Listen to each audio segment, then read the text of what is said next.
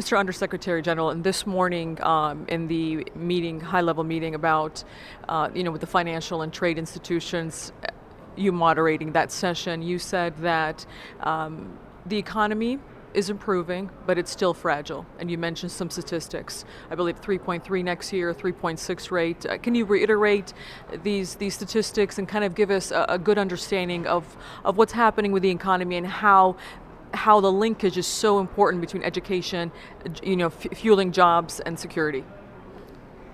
Well, of course, the figures is not something we created, because we have a division for policy analysis, and under the division we have one branch specializing in the analysis. They use, the best possible modeling, and based on the modeling and the analysis, they come up with the figure. So I'm not expert on the statistics or the numbers, but I know it's well based and on the analysis. So if we look at the picture of the world, I mean the economic developed picture, it's not very good still, and particularly the developed countries, many of them are undergoing this austerity period. It may take them quite some time to recover, and though the economy of the emerging countries or developing countries are recovering relatively faster, but it cannot be lasting, because the development, now we are globalized anyway, we are together, any development in the developed world will eventually impact on the developing countries as well. So therefore, I think we are in this kind of very, I would say, unique period of recovery, and with one group recovering faster, and developed countries slower. Then we really need some hard thinking how to sort of, enhance or strengthen the international partnership. How to do it, they have come up some ideas on this and that. But anyway, the major idea is that we really have to work together. So like what they mentioned today, the G20 and the ECOSOC, G20 and the United Nations systems, we should, those two, of course we know G20, they have, those members are very important. They do play a leading role, and they can make bigger contributions, while at the same time they should not forget there are another 172 countries outside. They also must have a voice. So any decision by G20 will certainly affect 172. So how to make sure that the two will complement each other, even institutionally, this is the issue. And we are going to discuss this at the forthcoming Rio Plus 20, Rio Plus 20, because member states have already selected two major themes: green economy for sustained development, poverty eradication, and institutional framework for sustainable development. So when we address the second issue in particular, so we have to consider,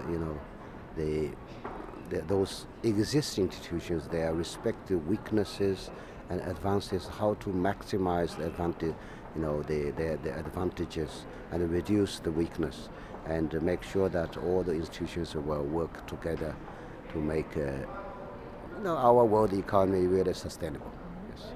So I'd like to ask you, as the head of the upcoming conference on sustainable development, you mentioned also that, and please correct me if this is not what I remember hearing, that the focus should be on jobs, job promotion, and technology transfer.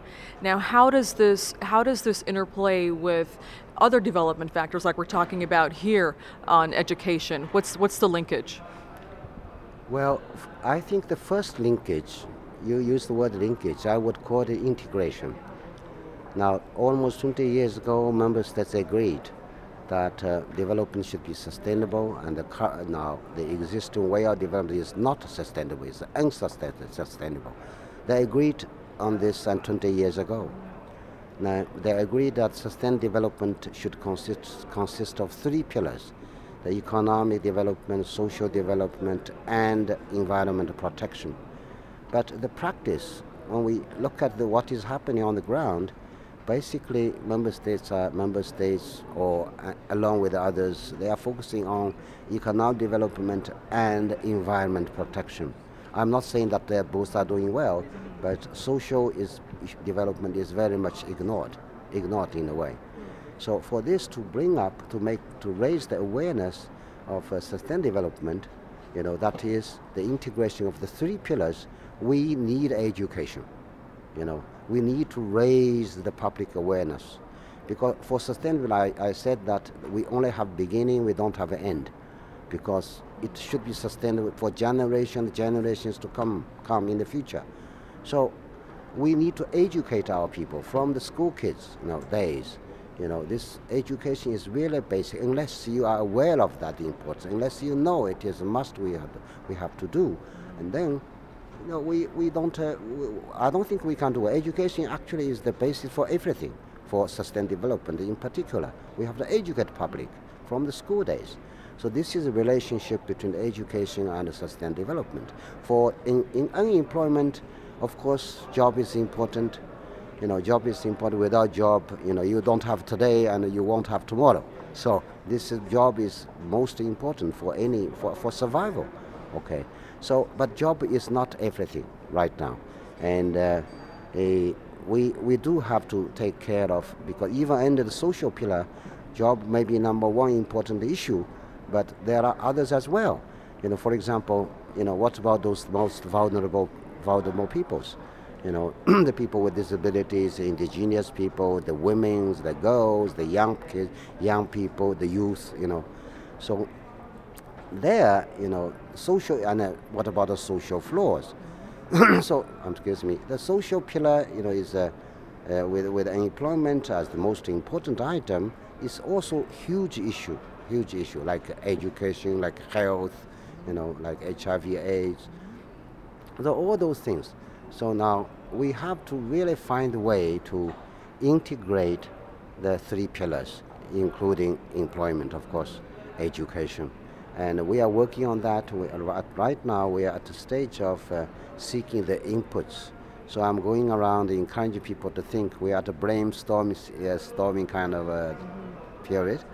And we have already informed all the stakeholders, member states, UN system, and other major groups to come up with their ideas, what should the future outcome of Rio +20 look like? What would be format? What do we really want? I think preparations are going on in every corner of the world. All the countries are working on that. Many countries, I was saying almost all of them involved, at least, and ocean as well. They call it the blue economy. So I'm happy in that sense. The preparations are going on, very well. But after that, based on that preparations, we should come up with something, and we'll make sure that all the proposals will contribute to the integration of the three pillars. Yes. So I have to ask you, you're in this brainstorming process, whether it's sustainable development, whether it's education for all. There seems to be a conversation that integration of the private sector is more crucial than ever, NGOs, civil society, etc. But what's innovative about that, or what can be innovative and different in terms of mechanisms to really help promote sustainable development, education, etc.? Well, what I want to emphasize that all of us have to work together. Whether we cannot leave this important matter of sustainable development to the government alone, or to the market alone, or to private sector alone, public sector alone. No, I think government and private, or government and civil societies, or we call it major groups, we really have to work together. But they should have some division of labor, of course.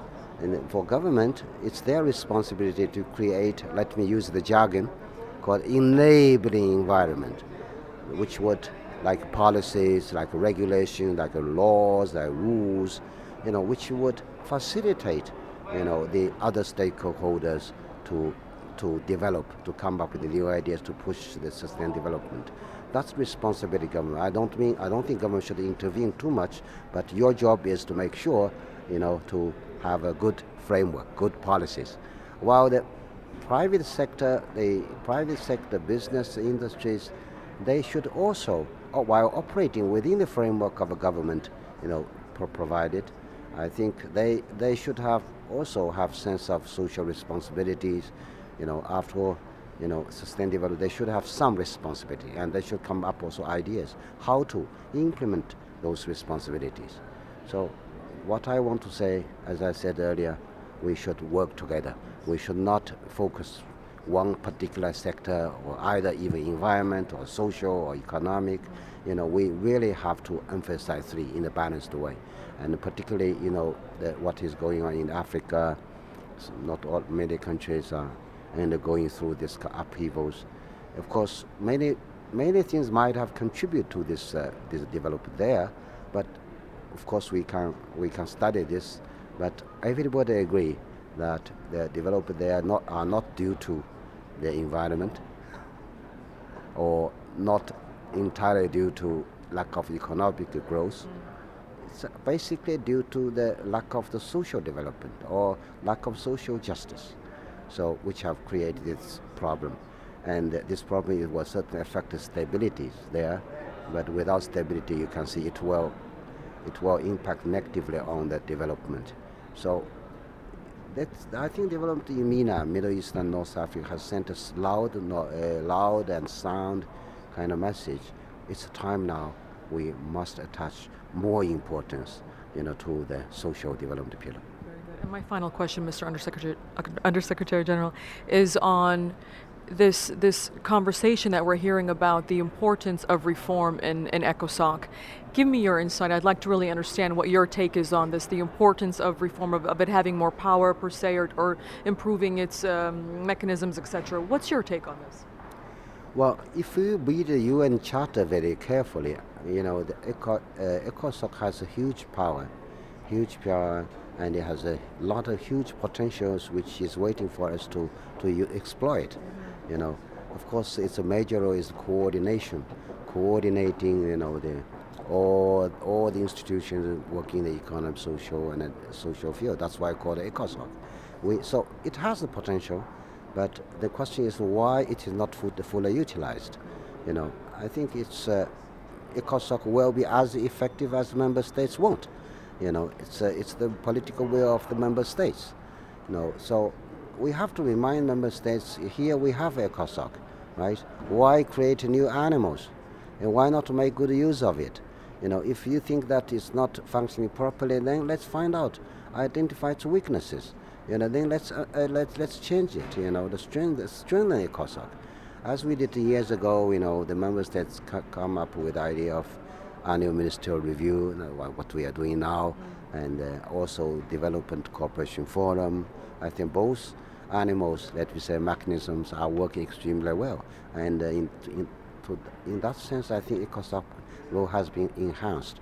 Now, with the forthcoming Rio Plus 20, less than 1 year time, and with all those kind of development in the last few years, particularly the climate change, the rapid depletion of the resources, fast increase of the population, and dramatic kind of revolution, I would call it, with urbanization. So many developments are taking place. We really have to think very, seriously the current way of production, current pattern of production and consumption. It's not sustainable. So we have to think big, as Secretary General said, that we have to think out of the box, and come up with new ways to address this kind of situation, so that make our development sustainable and make the planet livable. My final question, I promise. What do you want to see come out of this conference? What should be different? What should be included in this ministerial declaration to really tackle education for all, once and for all? Well, this conference, I think, is very helpful, and we have so many ministers and 11 voluntary presentations. I think through this kind of exchange of lessons and experiences, I think it will help the entire international community and to sort of enhance their their positions, enhance their views on the importance of the education. And well, we are all educated to some extent, but without education, nothing will happen.